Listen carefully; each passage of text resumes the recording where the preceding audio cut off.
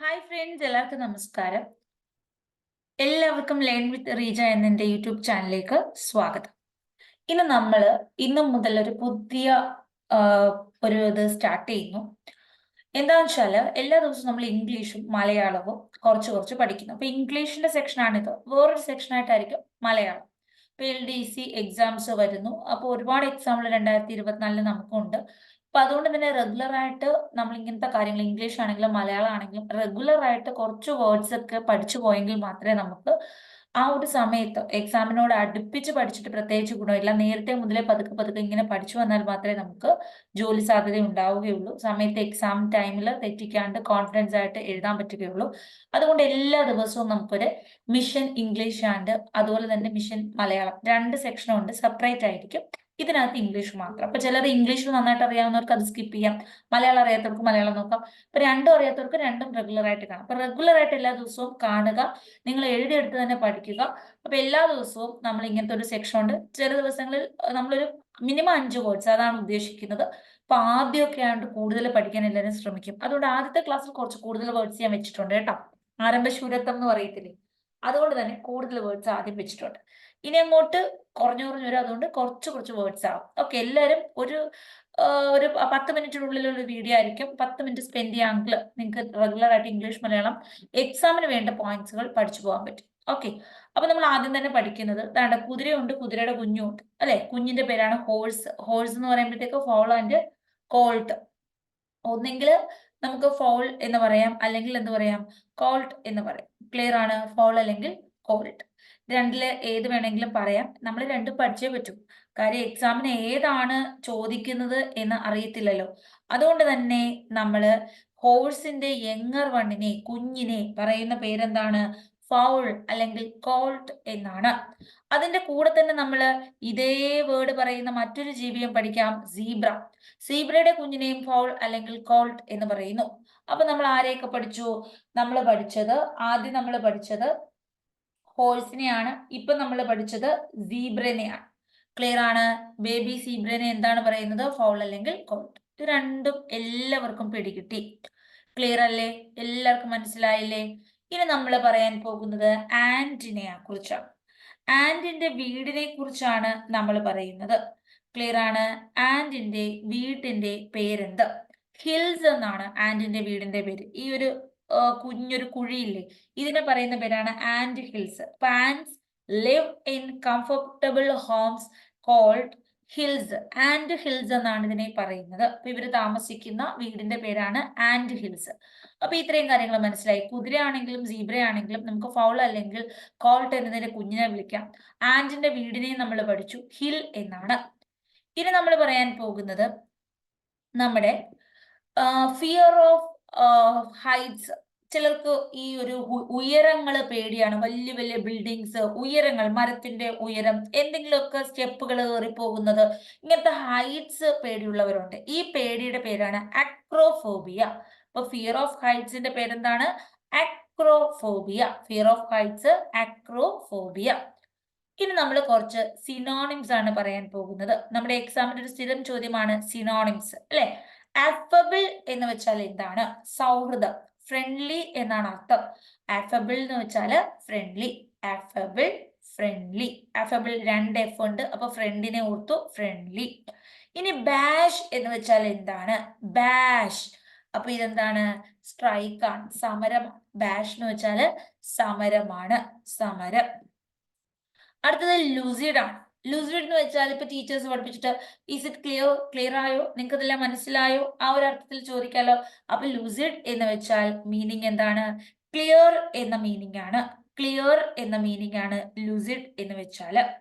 Clear ആണ്? അപ്പൊ lucid എന്ന് വെച്ചാൽ അർത്ഥം എന്താണ്? വ്യക്തമായോ, ക്ലിയർ ആയോ എന്നൊരർത്ഥമാണ് ലൂസിഡ്. ഇനി അടുത്തത് റാത്ത. റാത്ത എന്ന് വെച്ചാൽ ആംഗ്രി, ദേഷ്യമാണ്. അപ്പൊ അഫബിൾ എന്ന് വെച്ചാൽ 2 F, ഫ്രണ്ട്ലി. ബാഷ് എന്ന് വെച്ചാൽ എന്താണ്? സ്ട്രൈക്ക് ആണ്, സമരം. ലൂസിഡ് എന്ന് വെച്ചാൽ ക്ലിയർ ആണ്, ക്ലിയർ ആയോ, വ്യക്തമായോ, ആ ഒരു അർത്ഥമാണ്.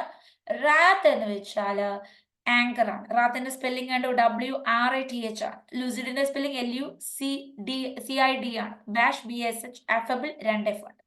അപ്പൊ അഫബിള്, friendly, bash, strike, lucid, clear, rack, anchor. ഇനി നമ്മൾ ഓപ്പോസിറ്റ്സ്. അപ്പൊ അതിനെ ആന്റണിം എന്ന് പറയും. ബൂൺ എന്ന് പറയുമ്പോൾ നമ്മൾ അനുഗ്രഹിക്കുന്നു, ബൂൺ. അപ്പൊ കേഴ്സ്, ശപിക്കുക. ബൂണിന്റെ ഓപ്പോസിറ്റ് ആണ് കേഴ്സ്. കേഴ്സ് ആണ് ശപിക്കുക. അടുത്തത് സോബർ. സോബർ എന്ന് പറയുമ്പോൾ അതിന്റെ ഓപ്പോസിറ്റ് എന്താണ്? ഡ്രങ്കർ എന്നാണ്. ക്ലിയർ ആണ്? സോബർമാൻ എന്ന് വെച്ചാൽ ശാന്തനായ എന്നൊരർത്ഥമാണ്, ശാന്തമായിട്ടുള്ളത്. ഡ്രങ്ക് എന്ന് പറയുമ്പോൾ നമുക്കറിയത്തില്ലേ, കുടിയൻ എന്നൊക്കെ ഒരർത്ഥമാണ്. കുടിയനാണ്, മദ്യപിച്ച് ലക്ക് കെട്ട ആ ഒരു അർത്ഥമാണ്. അപ്പൊ അയാൾക്ക് എന്താണ്, ശാന്തതയുണ്ടോ? ഇങ്ങനെ ലക്ക് കെട്ട ഒരു അവസ്ഥയാണ്. അപ്പൊ ബൂൺ എന്ന് വെച്ചാൽ അനുഗ്രഹം, കേഴ്സ് ശപിക്കുക. സോബർ എന്ന് വെച്ചാൽ ശാന്തനായ, നല്ല കറക്റ്റ് നിലയിൽ, അതായത് പ്രശ്നമൊന്നുമില്ല, ഞാൻ ഓക്കെയാണ്, ഞാൻ ഡ്രങ്ക് അല്ല, ഞാനിപ്പോ സ്ഥിരതയുള്ള ആളാണ് എന്ന് പറയാം. ഡ്രങ്ക് എന്ന് വെച്ചാൽ സ്ഥിരതയൊന്നുമില്ല, മദ്യപിച്ച് ലക്ക് കെട്ട ആളാണ്. ഡാംപ് എന്ന് വെച്ചാൽ എന്താണ്? ഡാമ്പിന്റെ ഓപ്പോസിറ്റ് നമ്മൾ പറയുന്നു ഡ്രൈ ആണ്. ഡ്രൈ എന്ന് വെച്ചാൽ എന്താണ്? ഉണങ്ങിയത്, അല്ലെ? ഡ്രൈ ഉണങ്ങിയതാണ്. അപ്പൊ ഡ്രൈക്ക് മറ്റൊരു ഓപ്പോസിറ്റ് ഉണ്ട്, വെറ്റ്, നനഞ്ഞത് എന്നൊരർത്ഥമുണ്ട്. ഡാമ്പും അത് തന്നെയാണ്, നനഞ്ഞ എന്നൊരർത്ഥമാണ്. അപ്പൊ ഡ്രൈക്ക് മറ്റൊരു ഓപ്പോസിറ്റ് വെറ്റ് ഉണ്ട്. അതുപോലെ മറ്റൊരു വേർഡാണ് വെറ്റിൻ്റെത്, ഡാമ്പ്. ഡാമ്പ്. ഇനി കോസി. ഇത് പലതവണ പറയുമ്പോൾ നമ്മുടെ മനസ്സിലേക്ക് എത്തുന്നതാണ് കേട്ടോ, അല്ലാണ്ട് ഇതിപ്പോ പെട്ടെന്ന് വന്നത് പഠിക്കാൻ പറ്റത്തില്ല. കുറെ ദിവസങ്ങൾ റെഗുലർ ആയിട്ട് റിപ്പീറ്റ് ചെയ്ത് നമ്മൾ പഠിച്ചെടുക്കുന്നതാണ്. എല്ലാവരും അങ്ങനെയാണ്, കഷ്ടപ്പെട്ടാണ് പഠിച്ചെടുക്കുന്നത്. കോസി എന്ന് വെച്ചാൽ അൺകംഫർട്ടബിൾ എന്നാണ് ഇതിന്റെ വിപരീത പദം. അപ്പൊ കംഫർട്ടബിൾ, അതായത് സുഖപ്രദം എന്നാണ് കോസിയുടെ അർത്ഥം. കോസി എന്ന് വെച്ചാൽ സുഖം. അൺകംഫർട്ടബിൾ എന്ന് വെച്ചാൽ എനിക്ക് ഒട്ടും ഇവിടെ കംഫർട്ടബിൾ ഫീൽ ചെയ്യുന്നില്ല, ഞാൻ ഒട്ടും സുഖകരമല്ല, ഈ അന്തരീക്ഷം എനിക്ക് ഒട്ടും പറ്റുന്നില്ല, അല്ലെ? അൺകംഫർട്ടബിൾ ആണ്, എനിക്ക് സുഖം തോന്നുന്നില്ല. അപ്പോ കോസി സുഖപ്രദം. ഇപ്പൊ വിപരീതം ഓക്കെ ആണോ? Boon, curse. Sober, drunk. Damp, dry. Cosy, uncomfortable. ഇനി നമ്മള് ഗ്രൂപ്പ് കളക്റ്റീവ് നൗണിനെ കുറിച്ചാണ് പറയുന്നത്. കണ്ടോ, കുറെ പാമ്പുകളാണ് ഈ കാണുന്നത്. അപ്പൊ പിറ്റ് ഓഫ് സ്നേക്സ് എന്ന് പറയും. പിറ്റ് എന്ന് കൂടാണ്ട് ഡെന്ന്, നെസ്റ്റ്, ബെഡ്, നോട്ട്, ഇതൊക്കെ പറയുന്നതാണ് പാമ്പിനെ കുറിച്ച്. അപ്പോ പാമ്പുകളുടെ കൂട്ടത്തെ നമുക്ക് കുറെ പാമ്പിനെ കാണുവാണെങ്കിൽ നമുക്ക് എ പിറ്റ് ഓഫ് സ്നേക്സ് എന്ന് പറയാം. A pit of snakes, den of snakes, nest of snakes, bed of snakes, knot of snakes, ഇങ്ങനെയൊക്കെ പറയാം. അപ്പൊ എക്സാമിന് ഏറ്റവും കൂടുതൽ ചോദിക്കുന്നത് എന്താണ്? പിറ്റ് ഓഫ് സ്നേക്സ് എന്ന് പറയുന്നു. ഇനി നമ്മള് സിഗരറ്റ്, ഇത് കണ്ടോ, ഒരു കൂടിനകത്ത് സിഗേഴ്സ് ഇരിക്കുന്നു. അപ്പൊ ഇതിന്റെ ഒരു ഗ്രൂപ്പിനെ നമ്മൾ വിളിക്കുന്നത് ബോക്സ് ഓഫ് സിഗേഴ്സ് എന്നാണ്. എ ബോക്സ് ഓഫ് സിഗേഴ്സ് എന്നാണ്.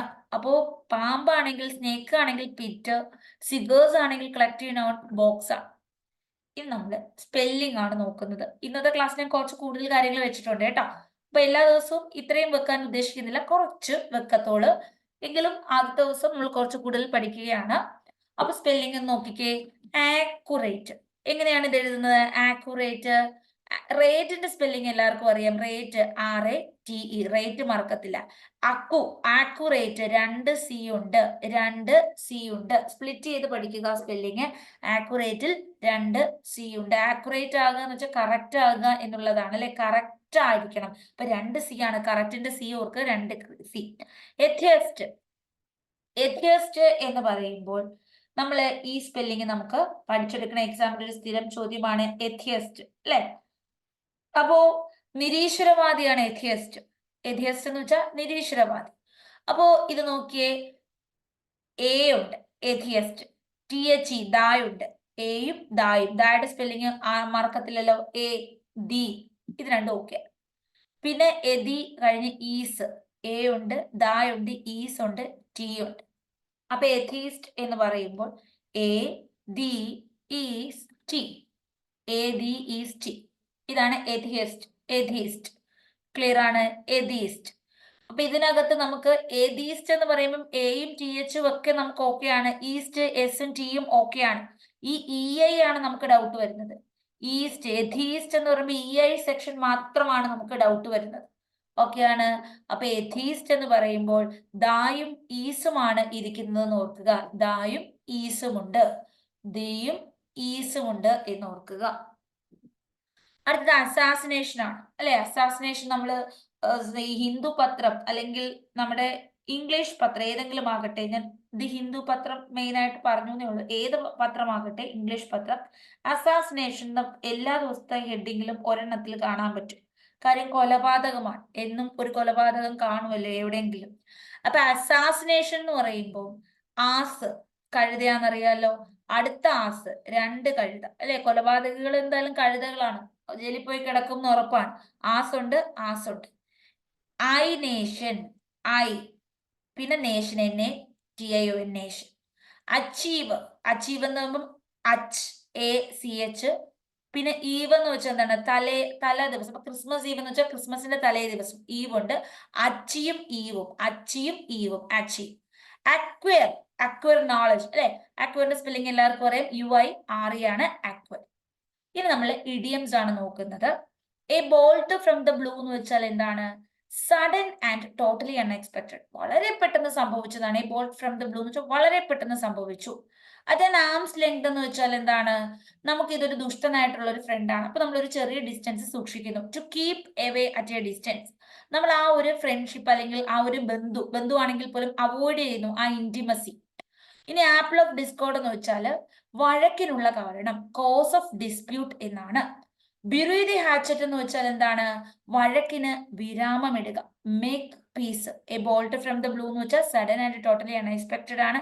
അറ്റ് ആൻ ആംസ് ലെങ്ത് എന്ന് വെച്ചാൽ ഒരു ഡിസ്റ്റൻസ് നമ്മൾ കീപ്പ് ചെയ്യുകയാണ്. ആപ്പിൾ ഓഫ് ഡിസ്കോർഡ് എന്ന് വെച്ചാൽ ഡി ഒരു തർക്കത്തിനുള്ള കാരണമാണ്, cause of dispute. Bury the hatchet എന്ന് വെച്ചാൽ വഴക്കിന് വിരാമം ഇടുക, വഴക്ക് അവസാനിപ്പിച്ച് മേക്ക് പീസ്, ശാന്തമാകുന്നു. അറ്റ് സിക്സ് ആൻഡ് സെവൻസ് എന്ന് വെച്ചാൽ 6 ആണോ 7 ആണോ, കൺഫ്യൂഷൻ, കൺഫ്യൂഷൻ, നമുക്കൊരു കുഴങ്ങിയ അവസ്ഥയിലാകുന്നു, കൺഫ്യൂഷൻ ആണ്. അപ്പൊ ഇത്രയുമാണ് നമ്മൾ ഇന്ന് പഠിക്കുന്നത്. ഇഡിയം പഠിച്ചു, സ്പെല്ലിംഗ് പഠിച്ചു, പിന്നെ കളക്റ്റീവ് നൗൺ പഠിച്ചു, ആന്റണിം പഠിച്ചു, അതുപോലെ സിനോണിം പഠിച്ചു, പിയർ പഠിച്ചു, പിന്നെ നമ്മൾ വീട് പഠിച്ചു, പിന്നെ നമ്മൾ കുഞ്ഞിനെ പഠിച്ചു. ഇത്രയും കാര്യങ്ങൾ പറഞ്ഞുകൊണ്ട് ഇന്നത്തെ ക്ലാസ് അവസാനിപ്പിക്കുന്നു. ഈ സെക്ഷൻ ഇഷ്ടപ്പെട്ടിട്ടുണ്ടെങ്കിൽ ദയവായി കമന്റ് ചെയ്യുക, ലൈക്ക് ചെയ്യുക, സബ്സ്ക്രൈബ് ചെയ്യുക. അതുപോലെ ഇതിന്റെ മലയാളം സെക്ഷനും ഉണ്ട്. Thank you so much. നമുക്ക് നെക്സ്റ്റ് ക്ലാസ്സിൽ വീണ്ടും കാണാം. ബൈ.